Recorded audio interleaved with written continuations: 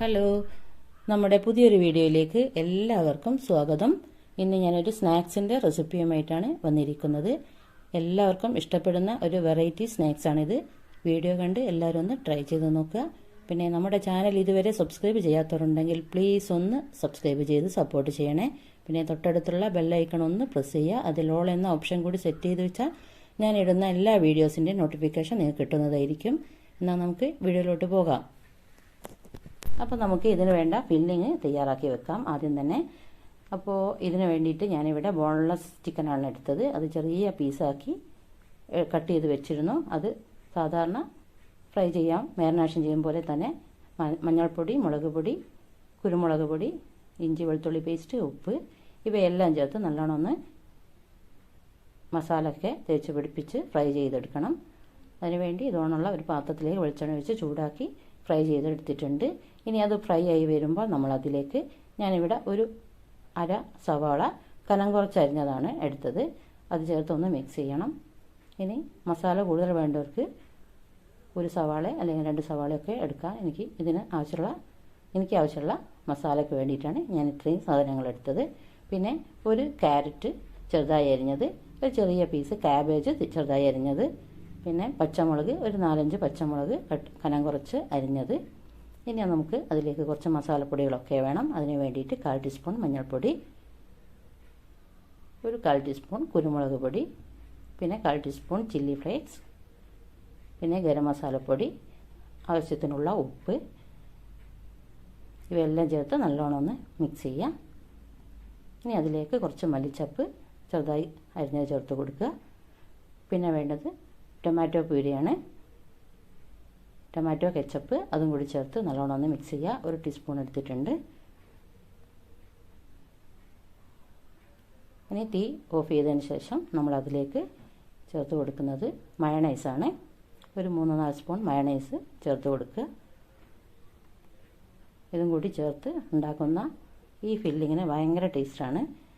എല്ലാവരും ഒന്ന് ഉണ്ടാക്കി നോക്കണം. ഈ നോമ്പ് തുറക്കുമ്പോഴൊക്കെ നമുക്ക് സ്നാക്സായിട്ട് ഉപയോഗിക്കാൻ, അല്ലെങ്കിൽ ഒരു 4 മണി പലഹാരമായിട്ട് വിരുന്നുകാരൊക്കെ വരുമ്പോഴൊക്കെ ഉണ്ടാക്കി കൊടുക്കാനൊക്കെ പറ്റിയ ഒരു അടിപൊളി സ്നാക്സാണ്. ഇനി ഇതിന് വേണ്ടത് ഞാനിത് ഇതുപോലെ മൈദ പരത്തി ഒന്ന് ചുട്ടെടുത്തതാണിത്. ചപ്പാത്തി ചുടുന്നത് പോലെ ഒന്ന് ചൂടാക്കി എടുത്തതാണ്. അതിൻ്റെ വീഡിയോ ഞാൻ കാണിക്കാതിരുന്നതാണ്. ഇനി അതിൻ്റെ പകുതിയാണ് നമുക്ക് ആവശ്യം. ഒന്നിന് അതിൻ്റെ പകുതി മതി. ഇതുപോലെ നടുവിലൂടെ കട്ട് ചെയ്യാം. മൈദ പൂരിക്കൊക്കെ കുഴയ്ക്കുന്ന പോലെ കുഴച്ച് പരത്തിയെടുത്ത ചപ്പാത്തിയാണിത്. ഇനി ഇതുപോലെ ഒന്ന് ഫോൾഡ് ചെയ്തെടുക്കുക.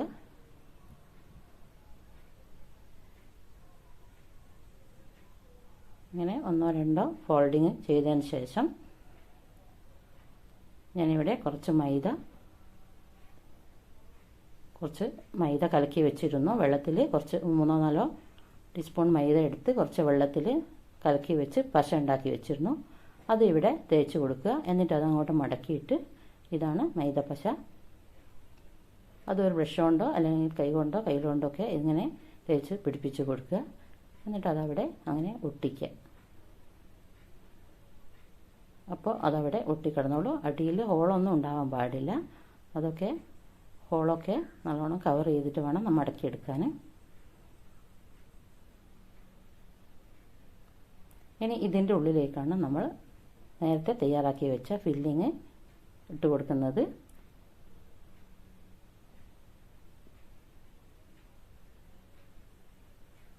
ഇതുപോലെ ഫില്ലിങ് അതിൻ്റെ ഉള്ളിൽ നിറച്ച് കൊടുക്കുക. കുത്തി നിറച്ച് കൊടുക്കണം.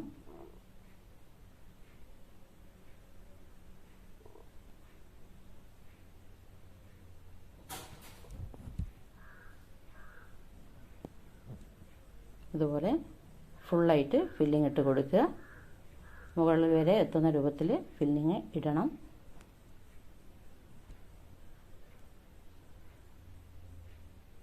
ഒന്ന് കൈകൊണ്ട് വിരലുപയോഗിച്ച് ഒന്ന് അമർത്തി കൊടുക്കുക. അതവിടെ നല്ലോണം ഉറച്ച് തന്നെ നിൽക്കണം ഫില്ലിങ്.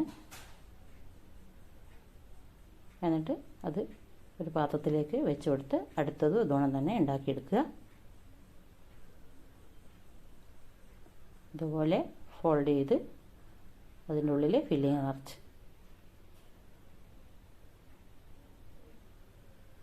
പശ വെച്ച് ഒട്ടിച്ചു കൊടുക്കുക അറ്റം. ഇനി അതിലേക്ക് ഫില്ലിങ് നിറയ്ക്കുക. അപ്പോൾ ഞാനത് മുഴുവനും അങ്ങനെ ചെയ്തെടുത്തിട്ടുണ്ട്. ഒരു 5-6 എണ്ണം ഉണ്ടാക്കിയെടുത്തിട്ടുണ്ട്. അപ്പോൾ ഇനി ഞാൻ ആ മൈദ പശയിൽ ഒന്ന് കമഴ്ത്തി മുക്കിയിട്ട് ഇവിടെ വറുത്ത സേമിയ, റോസ്റ്റഡ് സേമിയത്തിലാണ് ഞാൻ പിന്നെ ഇത് കുത്തിയെടുക്കുന്നത്. ഇത് റോസ്റ്റഡ് സേമിയാണ്, അതിലാണ് നമ്മളിത് അവസാനം ഇതിൻ്റെ മുകളിൽ കൊടുക്കുന്നത്. ആദ്യം തന്നെ മൈദ പശയിലൊന്ന് ഇതുകൊണ്ടൊന്ന് കമഴ്ത്തി മുക്കുക. എന്നിട്ട് റോസ്റ്റഡ് സേമിയത്തിലൊന്ന് ഇതുപോലെ ചെയ്തെടുക്കുക. അപ്പോൾ കാണാൻ നല്ല രസമാണ്, കഴിക്കാനും നല്ല ടേസ്റ്റാണ്. ഇനി ഇതൊന്ന് ഫ്രൈ ചെയ്തെടുക്കണം. അതിന് വേണ്ടിയിട്ടാണ് ഞാൻ ഇത് കമഴ്ത്തുമ്പോൾ വീണ് പോകാതിരിക്കാൻ വേണ്ടിയിട്ടാണ് നല്ല ടൈറ്റ് തന്നെ കുത്തി അമർത്തി കൊടുക്കണം എന്ന് പറഞ്ഞത്. ഇനി ഇത് ഫ്രൈ ചെയ്യുക. ചൂടായ വെളിച്ചെണ്ണയിലേക്ക് തിരിച്ചും മറിച്ചൊക്കെ ഇട്ട് ഇതൊന്ന് ഫ്രൈ ചെയ്തെടുക്കുക. അങ്ങനെ നമ്മുടെ നല്ല അടിപൊളി സ്നാക്സ് ഇവിടെ റെഡി ആയിട്ടുണ്ട്. നോമ്പ് തുറക്കുന്ന സമയത്തായാലും ഇനി 4 മണി പലഹാരത്തിൻ്റെ കൂടെ ആയാലൊക്കെ 4 മണി ചായയുടെ കൂടെ ആയാലൊക്കെ കഴിക്കാൻ പറ്റിയ ഒരു അടിപൊളി സ്നാക്സാണ്. നല്ല ടേസ്റ്റാണ്. അതിൻ്റെ ഫില്ലിങ്ങൊക്കെ നിങ്ങൾക്ക് കണ്ടാൽ തന്നെ അറിയാലോ. നല്ല ടേസ്റ്റുള്ളൊരു സ്നാക്സ് ആയിരുന്നു. എല്ലാവരും ഒന്ന് ട്രൈ ചെയ്ത് നോക്കണം. ഇനി അത് കോരിയെടുക്കുക. അടുത്ത ബാച്ച് ഇട്ട് കൊടുത്ത് ഫ്രൈ ചെയ്തെടുക്കുക. ഇത്രയേ ഉള്ളൂ. നമ്മുടെ സ്നാക്സ് ഇവിടെ റെഡി ആയിട്ടുണ്ട്.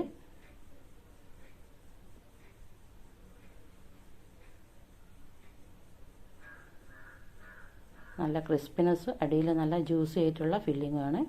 അതുപോലെ തന്നെ കഴിക്കുമ്പോൾ നല്ല ടേസ്റ്റായിരുന്നു. ഇനി ഇതുപോലുള്ള മറ്റൊരു വീഡിയോയുമായിട്ട് ഞാൻ വീണ്ടും വരാം.